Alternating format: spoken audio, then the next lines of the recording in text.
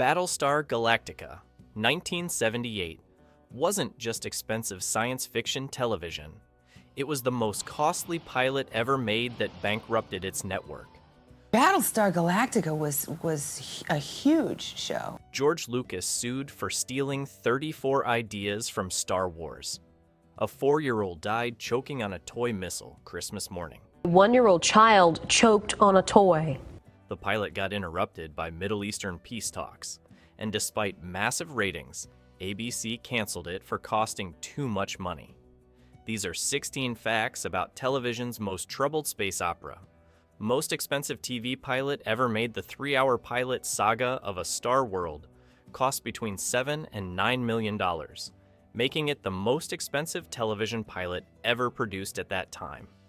Publicist Joe Santley claimed the first 7 hours cost over $1 million an hour, totaling $7 million. However, director Richard Kalla later revealed the pilot alone cost $9 million, despite ABC purchasing it for only $1.8 million. Universal absorbed massive losses, hoping theatrical and international sales would compensate. The budget shattered all previous television records. For context, typical primetime dramas cost around $400,000 per episode. Battlestar Galactica spent 20 times that amount before a single episode aired. The financial gamble nearly destroyed Universal's television division. First weekly series, costing $1 million per episode. Battlestar Galactica became the first weekly American television series budgeted at over $1 million per episode. Regular primetime shows cost approximately $400,000 to $500,000 per episode. Galactica spent more than double on every single hour. Unfortunately for production, most of this lavish sum was consumed by special effects processes and miniature work. The astronomical budget necessitated frequent, glaringly obvious reuse of effects footage wherever possible. Audiences noticed the same Viper launch sequences repeated endlessly. Battle shots from the Viper's perspective firing on Cylon raiders were continuously recycled. Despite costing more than any show in television history, Galactica looked cheaper than intended because effects budgets couldn't sustain original footage for each episode. Star Wars sued for stealing 34 ideas. In June 1978, before the pilot even aired, 20th Century Fox sued Universal Studios for plagiarism, copyright infringement, unfair competition, and Lanham Act violations. Fox and Lucasfilm alleged Battlestar Galactica had stolen 34 distinct ideas from Star Wars. Their lawsuit cited similarities, including friendly robots helping protagonists, comparing C-3PO/R2-D2 to Muffet, ragtag rebels fighting galaxy-dominating regimes, worn futuristic technology, casino planets resembling Tatooine's cantina, and fighter pilot attacks on totalitarian headquarters. The district court dismissed Fox's claims in 1980. However, the Ninth Circuit Court of Appeals reversed that decision in 1983, remanding the case for trial. The lawsuit outlasted Battlestar Galactica's actual run, continuing 5 years while the show lasted only 1 season. The case was eventually resolved without trial through confidential settlement. Universal countersued, claiming Star Wars plagiarized them. Universal promptly filed a countersuit alleging Star Wars had stolen ideas from their own 1972 film Silent Running, notably the robot drones, plus the 1930s Buck Rogers serials Universal owned. Universal's lawyers submitted a videotape montage of prior science fiction works, demonstrating Lucas borrowed heavily from classic sources. They argued Fox couldn't claim ownership of generic science fiction tropes like space battles, robots, and authoritarian empires. The countersuit highlighted hypocrisy. Lucas accused Galactica of plagiarism, while his own film drew extensively from Flash Gordon, Buck Rogers, The Hidden Fortress, and The Dam Busters. Legal scholars noted both works recycled established science fiction conventions. Neither franchise invented the concepts they claimed as original. The mutual accusations exposed how derivative both properties actually were. John Dykstra, Defection, Enraged, George Lucas, John Dykstra, Star Wars Academy Award-winning special effects supervisor, left Industrial Light and Magic after the original film to form his own company, Apogee Inc. in Van Nuys. Several other ILM artists joined him rather than relocate to San Rafael with Lucas. Dykstra immediately took the Battlestar Galactica contract, using techniques he'd developed on Star Wars. Lucas felt personally betrayed. He didn't invite Dykstra back for The Empire Strikes Back. Lucas additionally threatened separate legal action against Apogee, claiming they used equipment he'd left behind for a project competing directly against Star Wars.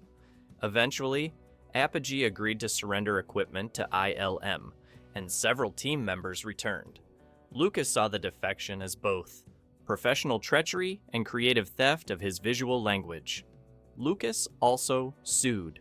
Toy manufacturers George Lucas didn't limit his fury to the television show itself. He went after Battlestar Galactica merchandise, claiming the Cylon Raider and Colonial Viper toys could be confused with his Star Wars toys. Lucas worried consumers would mistake Galactica products for Star Wars merchandise, diluting his brand. Fox had generated massive profits from Star Wars action figures, games, and models. Lucas owned those rights personally. The toy lawsuit added another layer to the already complex legal battle between franchises. Lucas's major contention centered on Galactica toys, featuring plastic firing missiles, while Kenner's Star Wars toys had nothing similar. He didn't want blame for any accidents despite the fundamental design difference. 4-year-old died on Christmas 1978. On Christmas morning, 1978, 4-year-old Robert Jeffrey Warren from Lilburn, Georgia, was playing with the Mattel Cylon Raider toy Santa Claus had brought him. He accidentally shot a small red plastic missile into his mouth. The 1¼ inch projectile discharged and lodged in his larynx. The missile blocked his airway, depriving his brain of oxygen for an extended period. He was rushed to the hospital where surgeons removed the missile. However, the brain damage had already occurred. After 6 days in the hospital, Robert Jeffrey Warren died on New Year's Eve 1978 from asphyxiation complications. The death certificate ironically read, "Star Wars toy put into mouth," showing how easily the average person confused the two franchises, the very confusion Lucas had warned about. Mattel recalled all missile toys. Within 2 weeks of Robert Jeffrey Warren's death, Mattel issued an immediate recall of all Battlestar Galactica toys with firing missiles. On January 11th, 1979, the Consumer Product Safety Commission announced Mattel's Missile Mail-In campaign. Parents could mail back the small red missiles in exchange for a free Hot Wheels car. Although the toys met all existing safety regulations, the death forced action. Mattel redesigned all Galactica vehicles for 1979, so missiles could no longer leave the firing chamber. They became permanently locked in place. The Colonial Viper, Colonial Scarab, Colonial Stellar Probe, and Cylon Raider were all modified. Retail and wholesale inventories were exchanged for the redesigned toys. Kids were devastated, their coolest toy feature was gone. Second child required emergency lung surgery. Before Robert Jeffrey Warren's fatal accident, the Consumer Product Safety Commission had already received 3 formal reports of children inhaling or swallowing the toy missiles, with 4 more under investigation. 1 child required emergency surgery to remove an inhaled pellet from his lungs. This second incident was not fatal, but the boy needed a 30-minute operation to extract the Colonial Stellar Probe missile from his respiratory system. By December 8, 1978, 17 days before Warren's death, Mattel had agreed to place warning stickers on warehouse inventories. The warning came too late. Over 2 million Galactica toys with firing missiles had already been sold since their August 1978 debut. Canceled, despite massive ratings. Battlestar Galactica initially achieved massive ratings success. The pilot attracted approximately 70 million viewers. making it one of 1978's highest-rated television events. Regular episodes maintained strong viewership throughout the season. However, high production costs meant Galactica couldn't generate profit margins like cheaper programs despite solid ratings. An AP article reported, "The decision to bump the expensive Battlestar Galactica was not surprising. The network allegedly engaged in manipulation, frequently preempting the show for specials or reruns. These interruptions artificially drove ratings down, creating public justification for cancellation.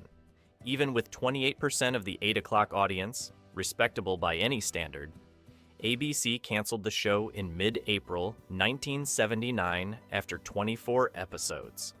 Profitability mattered more than popularity. CBS counter-programmed with All in the Family. CBS recognized Battlestar Galactica as a threat and counter-programmed aggressively. They moved their Sunday block of All in the Family and Alice an entire hour earlier to compete directly with Galactica in the 8 o'clock time slot. The strategy worked devastatingly well. From October 1978 to March 1979, All in the Family averaged more than 40% of the 8 o'clock audience against Galactica's 28%. The sitcom crushed the expensive space opera. Norman Lear's established comedy about a bigoted working-class family defeated Glenn Larson's futuristic epic. CBS essentially murdered Galactica by scheduling television's most popular show against it. The ratings battle demonstrated expensive production values couldn't overcome entrenched viewer habits. Theatrical release before TV premiere. To recoup the pilot's insane production costs, Universal released a shortened theatrical version in Canada on July 7, 1978. Fully 2 months before the September 17th TV debut in America.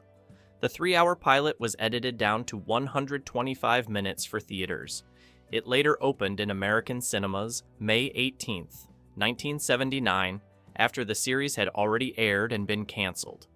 The theatrical version grossed over $41 million internationally, not only recouping production costs, but earning Universal tidy profits. Europe, Japan, and Australia also received theatrical releases. This dual-medium strategy was unprecedented, releasing a television pilot in movie theaters before domestic broadcast. Universal desperately needed theatrical revenue to justify the astronomical television investment. Last, film to use, Sensoround technology. The theatrical version featured Sensoround enhancement, the rumbling low-frequency sound system first introduced in Earthquake 1974, Battlestar Galactica, and its compilation sequel, Mission Galactica. The Cylon attack in 1979 were the last films ever released using Sensoround technology in American theaters. The system directed bass frequencies to subwoofers, creating physical vibrations during space battles.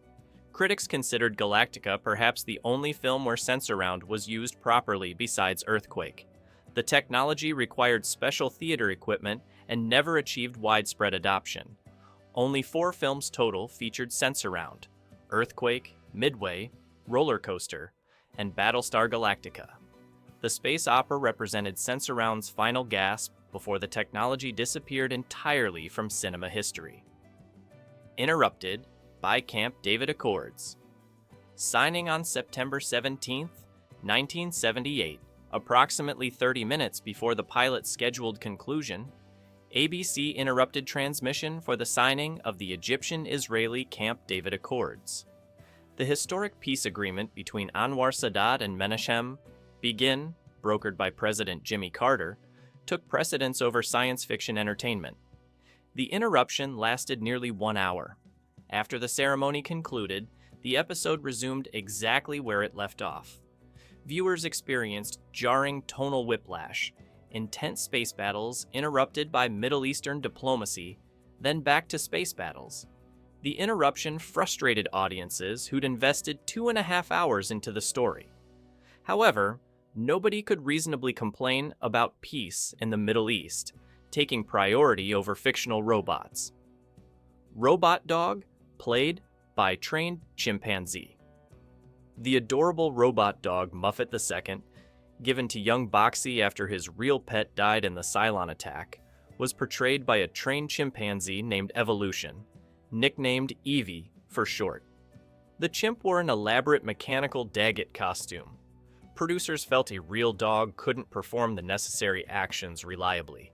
However, a chimp in a dog suit could execute complex behaviors on command. The costume was a prototype intended to replace lost Daggett species warrior support roles within the show's fictional universe. Behind the scenes, it was simply a well-trained primate in an uncomfortable robot dog outfit performing for treats between takes. Constant reuse of special effects footage. Despite being television's most expensive show, Battlestar Galactica became notorious for glaringly obvious effects reuse. The same Viper launch sequences appeared in virtually every single episode.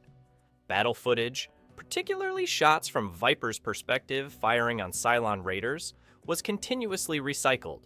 Audiences noticed immediately. The reuse wasn't subtle. Identical explosions, identical maneuvers, identical camera angles appeared repeatedly throughout the season. While new shots were filmed for each episode, the action sequences heavily relied on stock footage.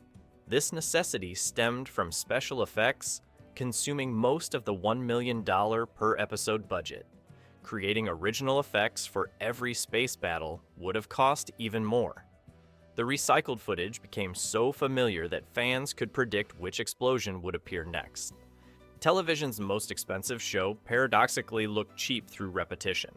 They spent $9 million on the pilot alone, got sued by George Lucas for 5 years. A child died choking on their toy, another needed emergency surgery, got canceled despite 70 million viewers, and recycled the same explosion footage every single week. Battlestar Galactica proved you could spend more money than any show in history and still fail spectacularly. Subscribe for more stories about expensive disasters